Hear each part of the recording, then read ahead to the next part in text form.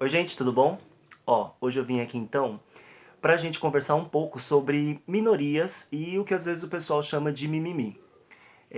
Eu escuto às vezes muita gente falando muita coisa sem noção, é bastante recorrente, né, que as pessoas digam besteira, mas normal. Mas vamos tentar contribuir para diminuir essa frequência de coisas que acontecem errado, tá bom? Então, quando a gente fala, por exemplo, de grupos minoritários, quando a gente fala de minorias, a gente tem que levar em consideração três coisas.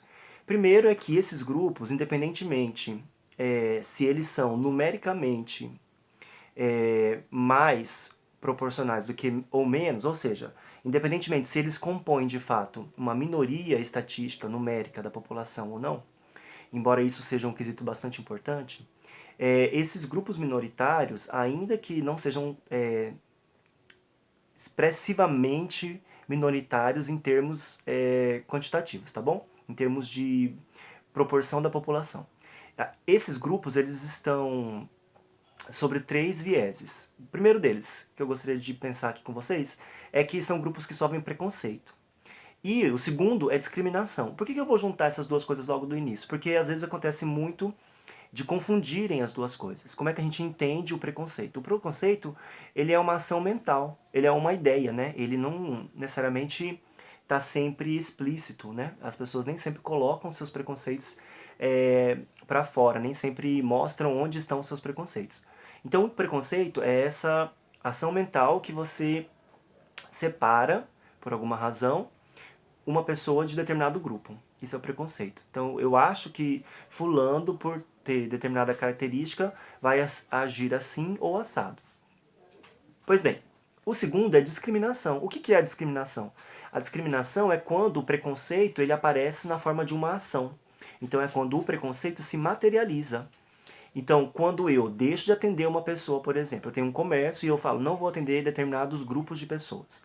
E isso é uma discriminação, entende? Quando uma pessoa, num local público, todo mundo está se beijando, e aí vem um casal LGBT ou um trisal, que seja, e essas pessoas sofrem uma repressão que outras pessoas não sofreriam. Então aí está a discriminação, é um ato materializado. Então os grupos minoritários, eles sofrem com preconceito, eles sofrem com discriminação e eles sofrem com intolerância, né? As pessoas muitas vezes não suportam ficar perto e acabam, claro, que efetivando, né, demonstrando essa intolerância através da discriminação. Então, a gente tem que imaginar que é isso, né? E esses grupos minoritários, então, eles se reúnem em função de sua língua, em função de sua raça, de sua etnia, de sua religião, mas também, e é o nosso caso aqui para a gente discutir, em função da expressão das suas identidades sexuais e de gênero. Então, quando essas pessoas estão apenas sendo quem elas são ou estão apenas usufruindo de seus direitos, da sua cidadania, elas sofrem consequências discriminatórias, preconceituosas e intolerantes, tá ok? Muitas vezes um rechaço bastante grande, né, bastante, às vezes até público. Então, basicamente a gente pode dizer que os grupos minoritários são caracterizados pela divergência de um determinado padrão. E é importante a gente pensar isso porque muitas vezes eu percebo que falta um pouco de empatia quando as pessoas acusam determinadas coisas de mimimi. Então é relativamente confortável, para não dizer muito, é relativamente confortável você se assumir cristão aqui no Brasil, num país, né, que ainda que a gente separe às vezes evangélicos de católicos, a gente tem uma grande população cristã. Agora, imagina você indo lá no meio de um país que é majoritariamente muçulmano, por exemplo, e não é tão confortável assim, né? Então é por isso que a gente fala que os grupos minoritários têm a ver com o contexto social em que se encontra. Não necessariamente um grupo minoritário em um determinado lugar vai ser um grupo minoritário em outro, né? Isso muda muito do padrão, se é que existe um padrão, mas assim, dos grupos que compõem a hegemonia. E essa hegemonia ela está caracterizada pela expressão mesmo, pela visibilidade, né? E pelo poder que esse grupo detém e exerce em determinadas situações, tá bom? Então, quando você se assume cristão num país de maioria cristão, isso não te causa nenhum tipo de problema ou constrangimento, ou você não tem vergonha de dizer. Mas quando você se diz, quando você fala que você não tem religião no país que a maioria das pessoas tem religião, isso pode causar um estranhamento, as pessoas podem fazer determinados tipos de perguntas que elas não fariam para pessoas que afirmariam ter uma religião. Então isso varia muito, tá bom? Então a divergência do padrão, por exemplo, ele pode se materializar em condições de igualdade. Quando, por exemplo, a gente tem que pessoas trans têm claramente uma dificuldade de permanecer na escola, de concluir seus estudos, de acessar o ensino superior.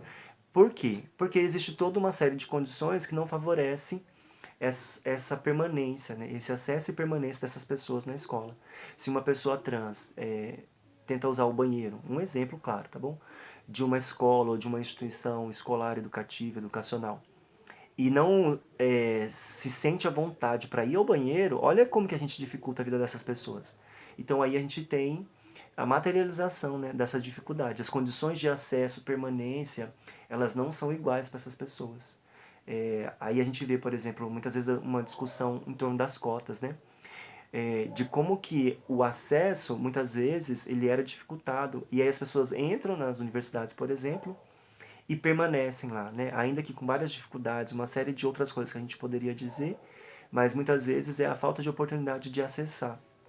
Então, isso só para falar do exemplo das igualdades e desigualdades de condições, tá bom? Ou, por exemplo, das não dominâncias, né, de determinados espaços. A gente vê agora uma discussão muito grande sobre o aborto, e essas discussões sendo feitas em casas de leis, que são compostas majoritariamente por quem? Por homens. Então é uma discussão que, em primeiro plano, diz respeito às mulheres, né? E deveria estar sendo conduzida pelas mulheres e acaba sendo conduzida por homens, né? Ou então, por exemplo, dizendo leis sobre sexualidade ou a forma como LGBTs devem se comportar ou deveriam deixar de se comportar, sendo efetivadas por quem? Por grupos de heterossexuais ou de pessoas não LGBT. Então a gente tem aí um desequilíbrio, vamos dizer assim. E aí isso ajuda a gente a pensar sobre grupos minoritários. Então toda vez que você for dizer de alguma coisa de mimimi, eu aconselho e sugiro você pensar antes se você não está sendo bem pouco empático, né? Se você se colocou no lugar daquele grupo, daquela pessoa, daquela situação, para poder afirmar qualquer coisa, porque é muita crueldade, sabe? Assim, você não conseguir se colocar no lugar do outro e ainda assim, quer dizer, nem desejar se colocar no lugar do outro e ainda assim falar que é mimimi, né? Tem um filme maravilhoso, se eu não me engano, chama Blue Eyes, que tem uma senhora branca falando para pessoas brancas, e ela levanta e fala assim: eu gostaria que ficasse em pé aqui hoje quem gostaria de viver na pele de uma pessoa negra. E a plateia fica inteiramente silenciosa. Então, porque essas pessoas acabam tendo uma ciência de que não é fácil, né? E muitas vezes as pessoas não se perguntam uma questão dessa: eu gostaria de viver na pele de tal pessoa, e ainda assim afirmam coisas do tipo mimimi. Então, por exemplo, a gente tentar pensar algumas situações que eu pensei. Quando se pesquisa ou se procura entender as causas de uma determinada homossexualidade ou bissexualidade, isso é uma ação discriminatória no sentido de que não existem pesquisas procurando a causa da heterossexualidade. Entende? Então, por que você está pesquisando por uma coisa e não está pesquisando o que seria um correspondente? Isso é uma ação discriminatória que caracteriza, então, o porquê de determinado grupo ser considerado minoritário, né? Quando a gente escuta, por exemplo, uma criança de 6 anos na escola chamando a outra de viadinho, muitas vezes, eu diria até na maioria das vezes, essas crianças não sabem exatamente o que significa ser um viadinho. Mas ela já aprendeu, socialmente, que o viadinho é um xingamento, é um lugar outro, é um lugar ruim. Então, a gente entende socialmente quais são os grupos minoritários, por quê? Porque a gente usa isso também como no sentido de uma ofensa, né?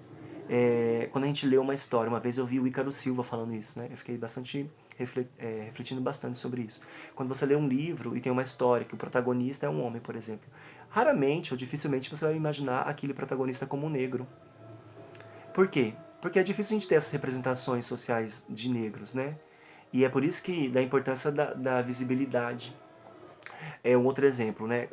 Foi numa festa, fui na festa com os outros amigos héteros, e eles falaram: nossa, tava lotado de viado lá hoje. Você vai ver, a festa tinha, sei lá, 300 pessoas, 400 pessoas, tinha 3 viados.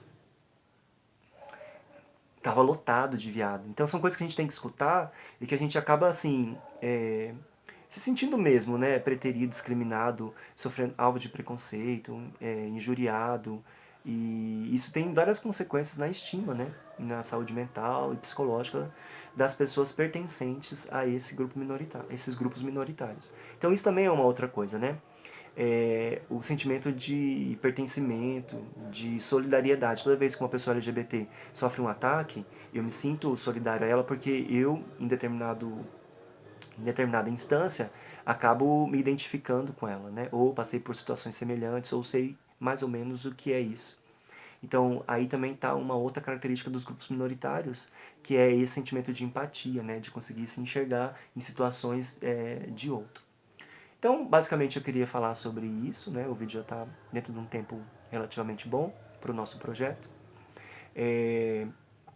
E aí tem uma frase interessante, se eu não me engano, é da Angela Davis, eu acho que talvez não seja, que ela fala sobre o racismo, mas acho que a gente pode pensar para todos os grupos minoritários, que é o seguinte: em uma sociedade racista, não basta não ser racista, é preciso ser antirracista.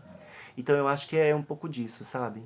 Toda vez que a gente vê a execução de uma discriminação ou que a gente conseguir perceber atitudes e comportamentos preconceituosos, a gente precisa combater essas ações e se colocar numa postura de anti-discriminação. Porque isso só tem a contribuir para a sociedade como um todo e acho que todo mundo sai ganhando quando a diversidade é valorizada. Não é isso? Acho que é isso, tá bom?